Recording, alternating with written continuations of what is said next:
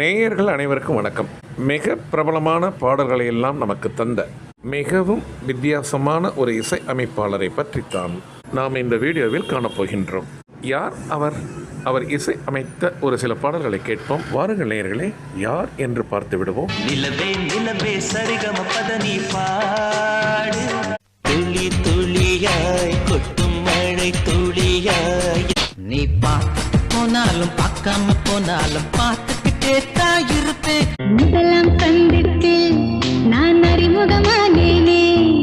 தஞ்சாவூருக்கு அருகாமையில் உள்ள அருந்தவபுரம் என்பதுதான் இவரது சொந்த ஊராம்.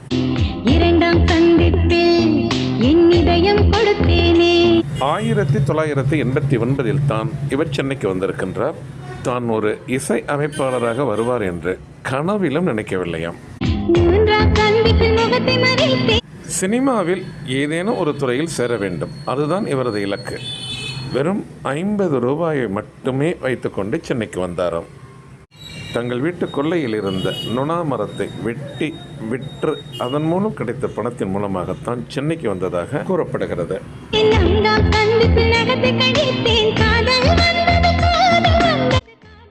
இந்த இசையமைப்பாளர்களுடைய இயற்பெயர் குணசேகரன் என்று கூறுகிறார்கள் சினிமா வட்டாரத்தில். நடிகர் விஜயின் தகப்பனார் S.A. சந்திரசேகர் அவர்கள் தான் இவருக்கு பரணி என்று பெயர் சூட்டினாராம். அட காதல் வந்தது, காதல் வந்தது, காதல் வந்ததடா. சென்னைக்கு வந்த புதிதில் நிறைய கஷ்டப்பட்டிருக்கின்றார். ஜீவனத்திற்கு கூட மிகவும் சிரமப்பட்டிருக்கின்றார் பரணி. சென்னை அடையாறு பிளாட்ஃபார்மில் தான் தங்கியிருக்கின்றார் ஆரம்பத்தில். இவரது கஷ்டமான நிலையை கண்டு யாரோ ஒருவர் இவரை ஹோட்டலில் பணியமர்த்தியிருக்கிறார்கள். சொல்லப்போனால் அவர் பணியாற்றியது ஒரு டீ கடையில் தான். அங்கு வரும் வாடிக்கையாளர்களிடம் நெருங்கி பழகுவாராம் பரணி. அப்பொழுது ஒரு வாடிக்கையாளர் ஒரு நல்ல யோசனை கூறியிருக்கின்றார் பரணிக்கு. நான் உன்னை கவனித்தேன், நீ நன்றாக பாடுகிறாய், நீ ஏன் இளையராஜாவை சந்திக்கக்கூடாது என்ற ஒரு யோசனை கூறியிருக்கின்றார் பரணிக்கு.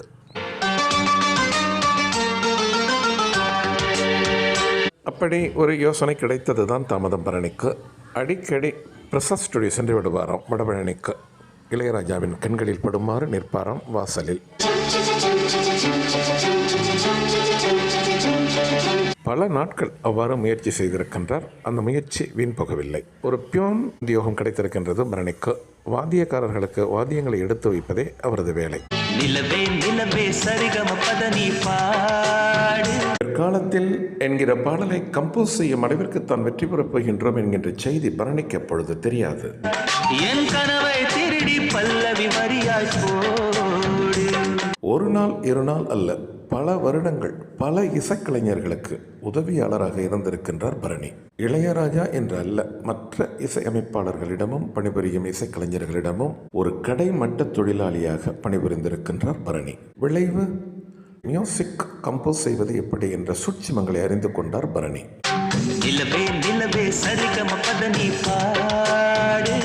இசை பற்றின அறிவு இருந்தது பரணிக்கு. ஆனால் இசைக்கருவிகளை வாசிக்கும் திறன் அப்பொழுது இல்லை. ஆனால் மெட்டுக்கள் நிறைய கட்டுவாராம், அதுபோல பாடல் வரிகளும் எழுதுவாராம். அதை கண்ட சக இசைக்கலைஞர்கள், நீ பாடல்களை எழுத முயற்சி செய், S.A. சந்திரசேகர் புதிய நபர்களை அறிமுகப்படுத்துவார், நீ ஏன் அவரிடம் சென்று வாய்ப்பு கேட்கக்கூடாது என்று அவரிடம் ஊக்குவித்திருக்கின்றார்கள். என் கனவை திருடி பல்லவி வரியாய் போடு. வருடம் 1992 நாளைய தீர்ப்பு என்ற ஒரு படத்தை தயாரித்து இயக்கி கொண்டிருக்கின்றார் S.A. சந்திரசேகர். இசை அமைப்பதற்கும் பாடல்கள் எழுதுவதற்கும் புதியவர்களை அறிமுகப்படுத்தலாம் என்ற நோக்கத்தில் இருந்திருக்கின்றார் அவர். அந்த சமயத்தில் தான் S.A. சந்திரசேகரை சந்திக்கின்றார் பரணி. சொல்லப்போனால் இசை அமைப்பதற்கும் அதே திரைப்படத்திற்கு இசையமைப்பதற்கும் வாய்ப்பு கிடைத்தது பரணிக்கு. ஆனால் தேவேந்திரன், இசையமைப்பாளர் தேவேந்திரன் அந்த திரைப்படத்திற்கு மணிமேகலை என்கின்ற பெயரில் இசையமைத்ததாக ஒரு செய்தி. எது எப்படியோ S.A. சந்திரசேகரன் அவர்கள் சிச்சுவேஷன் சொல்ல மெட்டுக்கு ஒரு மெட்டு ஏற்கனவே தயார் செய்து வைத்திருக்கின்றார். 7 மெட்டுக்கள் அந்த திரைப்படத்திற்கு தயார் செய்யப்பட்டன ஏற்கனவே. அதில் முதல் மெட்டுக்கு பாடல் வரிகளை எழுதியிருக்கின்றார் பரணி. பரணி அவர்கள் முதலில் பாடலாசிரியராகத்தான் சினிமாவிற்கு அறிமுகமாகின்றார். பரணி எழுதிய அந்த பாடல், 1000 எரிமலை மாணவர் விழிகளில் எரியும் மிகப்பெரிய அளவில் பாடல்கள் ஹிட்டாகாவிட்டாலும் மிகப்பெரிய பேனரில் அவள் அறிமுகமானது அவருக்கு கிடைத்த ஒரு சங்கல்பம் என்று கூறுகிறார்கள். நாட்டினை இதுவரை வாட்டிய கொடுமைகள் அழியும் அழியும். இந்த திரைப்படத்திற்கு இசை தேவேந்திரன் என கூறப்படுகிறது. பரணியின் முதல் பாடலை, அதாவது பரணி எழுதிய வரிகளை முதலில் பாடலாக பாடியது எஸ்பி பாலசுப்ரமணியம் தான். புயல் சீறி வரும் தடைச்சங்கள் யாவுமே மீறி வரும். சினிமாவில் நுழைந்து விட்டோம் என்கின்ற ஒரு சந்தோஷம் தெக்குமுக்காடியது பரணிக்கு. உடனே வீட்டிற்கு தகவலை தெரிவிக்கின்றார். யாருமே நம்பவில்லையாம். தீபாவளிக்கு ஊருக்கு வந்த பொழுது அந்த திரைப்படத்தை சக நண்பர்களும் தியேட்டரில் பார்க்கின்றாராம் பரணி. அப்பொழுது இந்த பாடலை நான் தான் எழுதினேன் என்று சொன்ன பொழுது பரணியை கேலியாக பார்த்து சிரித்தார்களாம். இந்த நாட்டுக்கு நாளைய தீர்ப்பினை கூறிவிடும். பரணி எதை பற்றியும் கவலைப்படவில்லை. அவருடைய நோக்கம் இசை அமைப்பாளர் ஆவது என்ற ஒரு உறுதி அவர் மனதில் இருந்து கொண்டே இருந்தது. மீண்டும் சென்னைக்கு வருகின்றார். உங்களுடைய அடுத்த படத்திற்கு நானே இசையமைத்து பாடல் வரிகளை எழுதுகின்றேன் என்று எஸ்.ஏ. சந்திரசேகர் அவர்களிடம் கூறுகின்றார் பரணி. அப்படி அவருக்கு கிடைத்த வாய்ப்புத்தான்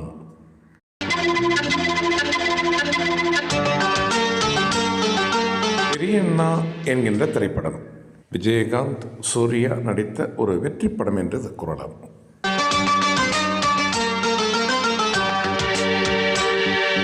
எஸ்.ஏ. சந்திரசேகரன் அவர்கள் இயக்கிய திரைப்படங்களில் மிகவும் பெருமையாக பேசப்பட்ட திரைப்படம் இது.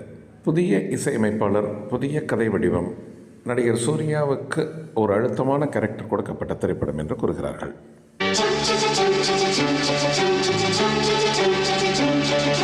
பரணிக்கு எல்லையற்ற சந்தோஷம்.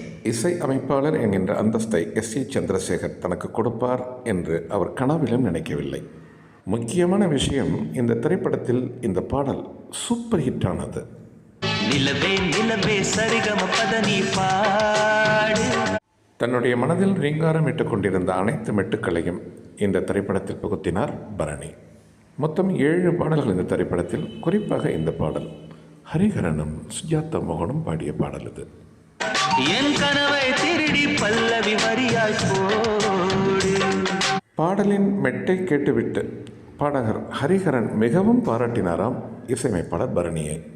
பாடல் வரிகளையும் அவரே தான் எழுதினார் என்று கூறுகிறார்கள். ஆனால் கிரெடிட் ஸ்கோரில் வாசன் என்கிற பெயர் வருகிறது.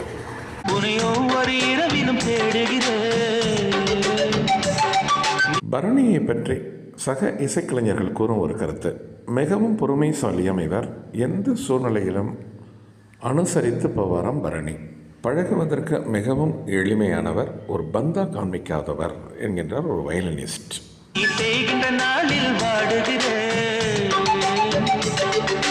இளையராஜா இல்லை என்றால் நான் இல்லை என்று தன்னடக்கமாக கூறுகின்றார் பரணி.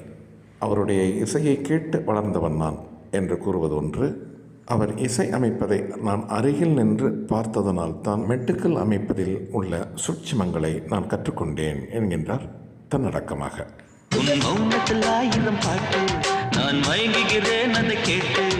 இந்த திரைப்படத்தில் இடம்பெற்ற பாடல்களின் வெற்றியை தொடர்ந்து பரணிக்கு தானாகவே வாய்ப்பு வருகின்றது.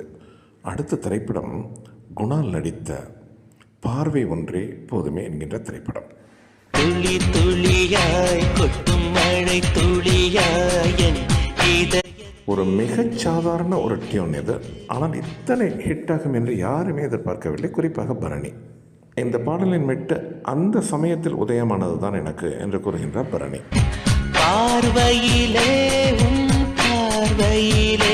நான் அமைத்த மெட்டை விட ஹரிஹரன், சொன்னலதா இருவரின் குரல்கள் தான் இந்த பாடலை உயர்த்தி காட்டியது என்கின்றார் பரணி.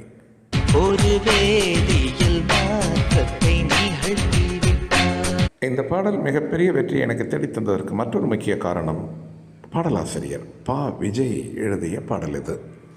பரணியை பொறுத்தவரையில் இது ஒரு மற்றொரு ஜாக்பாட். காரணம், இந்த திரைப்படத்தில் இடம்பெற்ற அனைத்து பாடல்களுமே சற்றேறக்குரிய ஹிட் ஆகின. பார்த்துட்டு போனாலும் பார்க்காம போனாலும் பார்த்துக்கிட்டே தான் இருப்பேன். 2001 இந்த பாடல் அனைவரையும் திரும்பி பார்க்க வைத்தது. காரணம், குரல், வரிகள் மற்றும் இசை. பாடல் வரிகளும் பரணிதான். நீ பேசிட்டு போனாலும் பேசாம போனாலும் பேசிக்கிட்டே தான் இருப்பேன். இந்த பாடலால் புகழடைந்தது இசை அமைப்பாளர் பரணி மாத்திரமல்ல, இந்த பாடலை பாடிய கிருஷ்ணராஜும் தான். கிருஷ்ணராஜ் இதற்கு முன்பே நிறைய பாடல்கள் பாடியிருந்தாலும் இந்த பாடல் அவருக்கு மிகப்பெரிய பெயரை தேடித்தந்தது.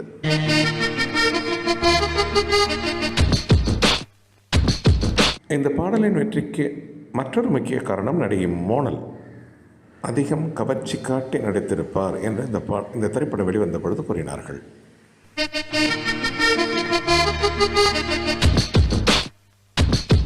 பார்வை ஒன்றே போதுமே என்கின்ற இந்த திரைப்படத்தில் உள்ள மற்றொரு முக்கியமான விஷயம், ஹீரோ குணால், கரண், மோனல் இவர்களை அடுத்த ஒரு பாடல், இந்த பாடல் நம்ம கேட்டுக்கொண்டிருக்கோம். இந்த பாடல் காட்சியில் நடித்த ஒரு நடன கலைஞர், அவரை பற்றி நாம் இங்கே கூறியாக வேண்டும்.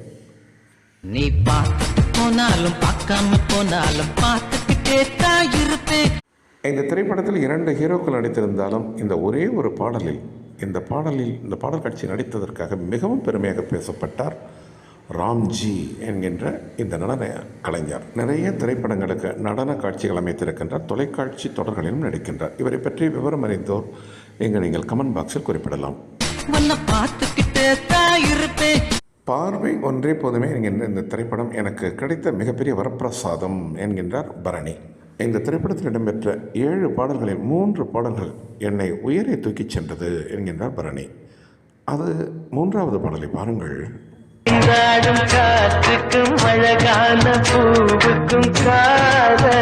ஒரு சூப்பர் டூப்பர் ஹிட்டானது இந்த பாடல்.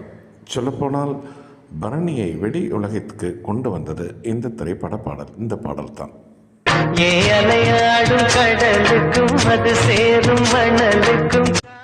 இந்த பாடல் வெளிவந்த காலகட்டத்தில் நான் மிகவும் புகழடைந்ததற்கு மிக முக்கியமான காரணம் இந்த பாடலை பாடிய உன்னிகிருஷ்ணனும் ஜானகியும் தான் என்கின்றார் பரணி.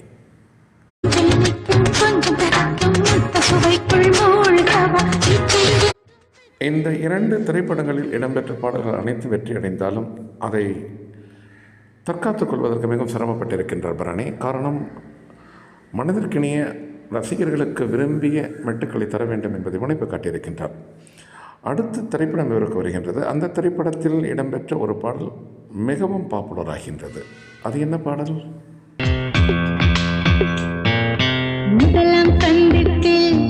திரைப்படம் சார்லி சாப்ளின். 2002இல் வந்த திரைப்படம் இது. சக்தி சிதம்பரம் என்பவர் தான் இந்த திரைப்படத்தை தயாரித்து இயக்கினார்.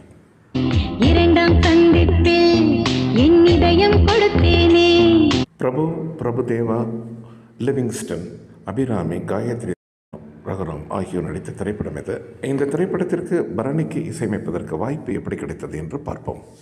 திரைப்படத்தை தயாரித்து இயக்கிய சக்தி சிதம்பரம் பார்வை ஒன்றே போதுமே என்கின்ற திரைப்படத்தில் இடம்பெற்ற பாடல்களை கேட்டுவிட்டு பரணியை நேரடியாகவே அழைத்து இந்த வாய்ப்பை தந்தாராம். இந்த பட வாய்ப்பு பரணிக்கு கிடைத்ததற்கு மற்றொரு முக்கிய காரணம் பழனி பாரதி, பா விஜய் போன்ற பாடலாசிரியர்கள் என்றெல்லாம் சினிமா வட்டாரத்து செய்திகள் கூறுகின்றன. ஒருவேளை இசையமைப்பாளர் பரணி அவர்கள் இந்த வீடியோவை பார்க்கும் பட்சத்தில் உண்மையான செய்தி என்னவென்று இங்கு நீங்கள் கமெண்ட் பாக்ஸில் குறிப்பிடலாம்.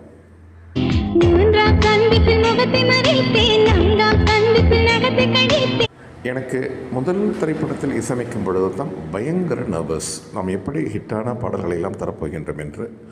ஆனால் அடுத்தடுத்து எனக்கு இறைவன் அருள் புரிந்திருக்கின்றான் என்று கூறுகின்றார் பரணி.